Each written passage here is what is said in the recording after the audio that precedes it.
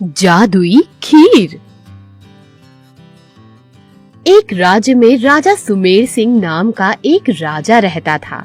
वो शक्तिशाली और बुद्धिमान होने के साथ साथ बहुत ही दयालु व्यक्ति था।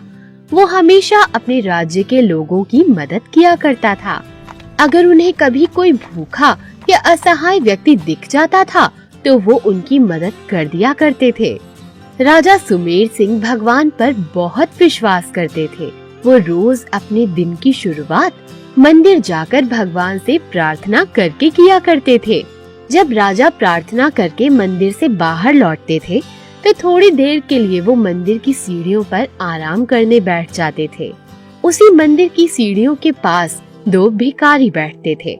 एक का नाम था रामू, जो हमेशा भगवान से ही मदद मांगता था, और दूसरे का नाम था श्यामू, जो हमेशा राजा सुमेर सिंह से मदद मांगता था।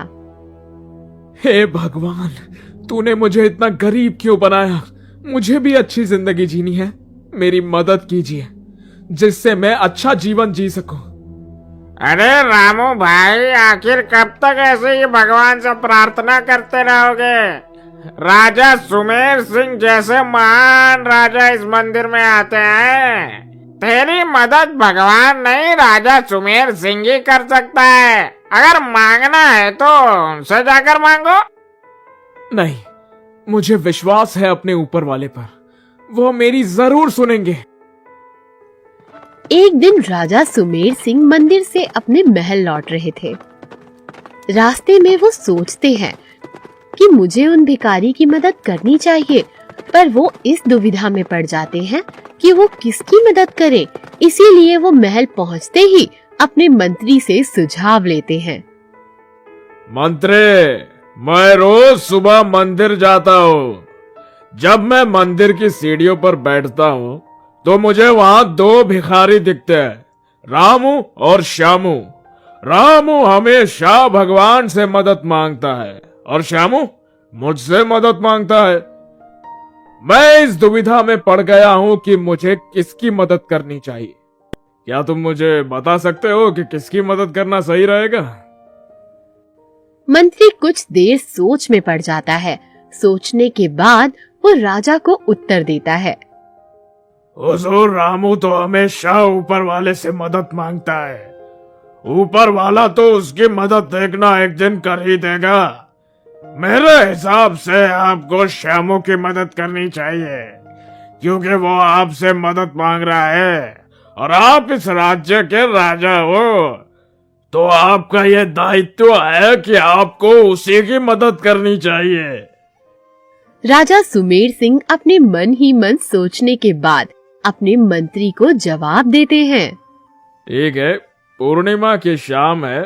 तुम एक बड़े से बर्तन में श्यामू के लिए स्वादिष्ट खीर बनवा देना।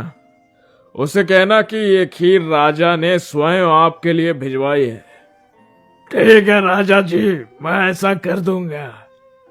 ये कहते ही मंत्री वहाँ से चला जाता है। अगले दिन मंत्री बावर्ची से खीर बनवा देता है। शाम होते ही मंत्री उस खीर को लेकर श्यामू के पास पहुँच जाता है। ए भिखारी, लगता है तेरी किस्मत अच्छी है। ले, राजा सुमेर सिंह ने स्वयं तेरे लिए खीर भिजवाई है। श्यामू ये देखकर बहुत खुश हो जाता है। वो मंत्री से खीर ले लेता है और मंत्री वहाँ से चला जाता है। देख भाई रामू, मैंने कहा था राजा जी मेरी मदद जरूर करेंगे, और देख आज उन्होंने मेरे लिए इतने बड़े बर्तन में खीर भिजवाई है। मेरी बात मान ले, तू भी राजा जी से मदद मांग ले, वो तेरे लिए भी ऐसी ही स्वादिष्ट खीर भिजवा देंगे, क्योंकि तेरा ऊपर वाला कभी तेरी मदद करने नहीं आएगा। इतना कहते ही श्यामू खीर मजे लेकर खाने लगता है, मगर बर्तन इतना बड़ा था कि श्यामू का पेट भर जाता है। उस बर्तन में अब भी थोड़ी खीर बची हुई थी। अब मेरा पेट भर गया। चलो मैं इस रामू की भी मदद कर देता हूँ, क्योंकि भगवान तो इसकी कभी सुनेंगे ही नहीं। मैं अपनी बची हुई खीर इसे दे देता हूँ, बेचारा खुश हो जाएगा। सुनो रामू, ले ये खीर खा ले। श्यामू अपनी बची हुई खीर फिर रामू को दे देता है और वहाँ से चला जाता है। जब रामू उस खीर को खाने लगता है तो थोड़ी देर बाद वो देखता है कि उसमें सोने के सिक्के हैं। ये देखकर वो बहुत चौंक जाता है। उसे लगा कि ये भगवान का चमत्कार है। आखिर भगवान ने मेरी प्रार्थना सुन ही ली। अब मेरा जीवन अच्छा हो जाएगा। उस दिन के बाद से रामू वहाँ से चला गया। सोने के सिक्के बेचकर उसने खुद का कारोबार शुरू कर दिया। उसके घर के हालात भी बदल गए। ये देखकर उसके परिवार के लोग भी खुश रहने लगे। श्यामू मंदिर के बाहर बैठा हुआ था। उसे वहाँ रामू नहीं दिखा।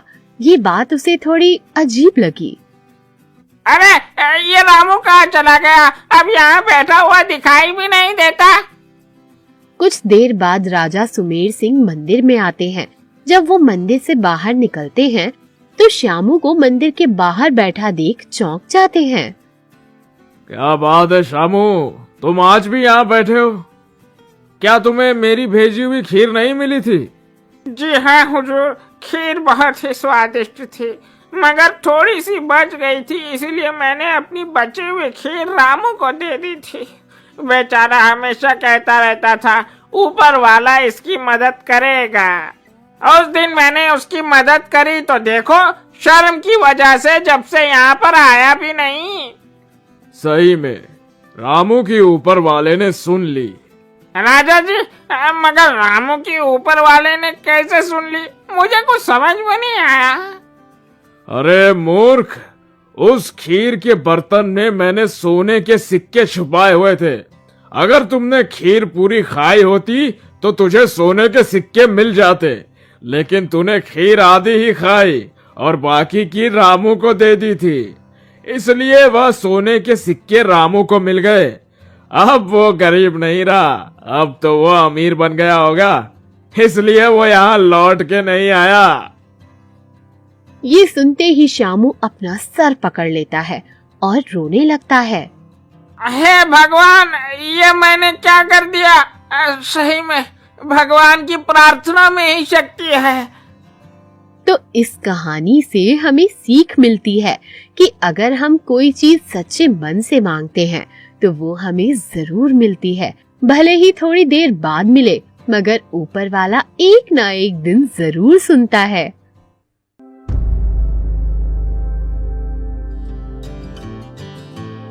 रोशनी अपने माँ पिता के साथ सोनपुर गांव में रहती थी। बचपन से ही रोशनी को जादुई दुनिया बहुत पसंद थी। वो बचपन से ही जादुई दुनिया देखना चाहती थी, पर हमेशा घर वाले इसे उसका बचपना कहकर टाल देते थे। रोशनी अब पढ़ाई पूरी कर लाइब्रेरियन का जॉब करने लगी। एक दिन जब रोज की तरह रोशनी लाइब्रेरी में किताबें ठीक कर रही थी, तभी वहाँ पर एक लड़की आती है। मुझे ये बुक यहाँ पर सबमिट करनी है। मैं यहाँ से इस बुक को कुछ 2 हफ्ते पहले लेकर गई थी, पर इस बुक की तो कोई रजिस्ट्री ही नहीं है। अच्छा कोई बात नहीं, आप इसे यहाँ रख दीजिए, मैं देखती हूँ। नेहा वहाँ से चली जाती है और रोशनी उस बुक को उठाकर सेल्फ में रख देती है।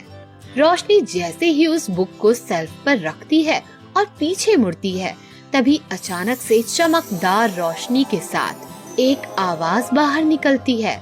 चमकदार रोशनी देखकर रोशनी पीछे मुड़ती है और उस किताब को बंद कर देती है। बड़ी अजीब किताब है, इसमें अजीब सी रोशनी कैसी थी?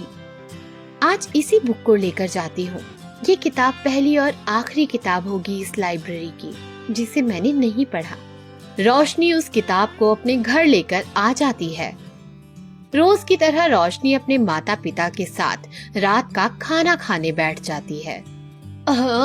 इतनी गर्मी है, क्या ही बनाऊं? काश हमारे पास भी एक कूलर होता तो मजा ही आ जाता। रसोई घर में काम कर कर के तो मैं गर्मी में पागल हो गई हूँ। अभी तो दुकान में इतनी अच्छी बिक्री नहीं हो रही है, पर कोशिश करूँगा। रोशनी मन ही मन सोचती है। कई सालों से मैं कुछ ना कुछ पैसे तो जोड़ ही रही हूँ। आज सारे पैसों को इकट्ठा करती हूँ और माँ को कूलर के लिए सरप्राइज कर दूंगी। जब तीनों मिलकर ये बातचीत कर रहे होते हैं तब अचानक से हवा चलती है, जिसके कारण किताब का एक पन्ना खुल जाता है। रोशनी अपने कमरे में आकर अपना गुल्लक निकालती है, पर उसमें 3000 ही होते हैं। लगता है हमारी किस्मत में एक कूलर भी नहीं है। रोशनी निराश हो जाती है। कुछ देर बाद रोशनी को अपनी लाइब्रेरी से लाए हुए बुक का ध्यान आता है। वो बुक को लेने बाहर हॉल में जाती है और क्या देखती है कि सामने कूलर पड़ा है। लगता है पापा मम्मी को सरप्राइज देने के लिए कूलर लाए होंगे। मम्मी मम्मी देखो, पापा तुम्हें सरप्राइज देने के लिए पहले ही कूलर लेकर आ गए। जी आप भी ना पहले ही बता देते। पर ये कूलर मैं तो नहीं लाया, जरूर रोशनी लाई है। आप दोनों में से जिसने भी कूलर लाया, खुशी की बात तो ये है कि हमारे घर में कूलर आ गया। हाँ। रोशनी बहुत खुश हो जाती है और किताब को लेकर अपने कमरे में आ जाती है। रात को रोशनी उस किताब को पढ़ना शुरू करती है। मैं इच्छाधारी किताब हूँ। मैं उन लोगों के पास खुद ब खुद पहुँच जाती हूँ जिन्हें जादू पर विश्वास होता है। इस जादुई किताब के दूसरे पन्ने को खोलकर जो कोई कुछ भी मांगता है मैं उसे दे देता हूँ। ये क्या मजाक है? मैं मानती हूँ जादू होता है, पर ऐसा थोड़ी हो सकता है कि मैं जो कुछ भी मांगूंगी वो मुझे मिलेगा। पर एक बार ट्राई करके देखती हूँ, क्या पता सच में कुछ हो जाए। रोशनी किताब का दूसरा पन्ना खोलती है और बोलती है कि काश मेरे पास एक मेकअप किट होता। रोशनी की ये बात कहते ही मेकअप किट उसके सामने आ जाती है। मतलब पापा सच कह रहे थे, कूलर पापा नहीं लेकर आए थे। ये कूलर भी ये जादुई किताब की देन है। ये तो सच में जादुई किताब है। मतलब वो लड़की नेहा जो लाइब्रेरी में आई थी, और क्या वो कोई परी थी? मैं तो हमेशा से ही कहती थी कि जादुई दुनिया होती है, लेकिन कभी किसी ने मेरी बात ही नहीं मानी। रोशनी पूरी किताब पढ़ती है, जिसमें लिखा होता है कि अगर इस किताब को उल्टा पकड़कर कुछ मांगो तो आपकी मांगी हुई मन्नत उल्टी पड़ जाती है। रोशनी धीरे धीरे कर अपनी जरूरत की सारी चीजें जादुई किताब से मांगना शुरू कर देती है। एक दिन रोशनी की माँ और पापा उससे पूछते हैं, आजकल तू इतनी सारी चीजें कहाँ से लेकर आ रही है? रोशनी जादुई किताब के बारे में अपनी माँ को बताती है। हे भगवान, तू इतनी बड़ी हो गई और आज भी तू इन जादू की चीजों को मानती है। विश्वास नहीं होता ना माँ, तो तुम भी इस किताब के दूसरे पन्ने को खोलकर अपने मन की इच्छा मांग लो। हे जादुई किताब, मुझे एक बड़ा सा घर दे दो। उनका छोटा सा घर बहुत बड़ा घर बन जाता है। ये देखकर प्रमोद का लालच कुछ ज्यादा ही बढ़ जाता है। वो हड़बड़ी में लीला के हाथों से किताब छीन लेता है, जो कि उल्टी होती है। जादुई किताब मेरे घर को सोने चांदी से भर दे।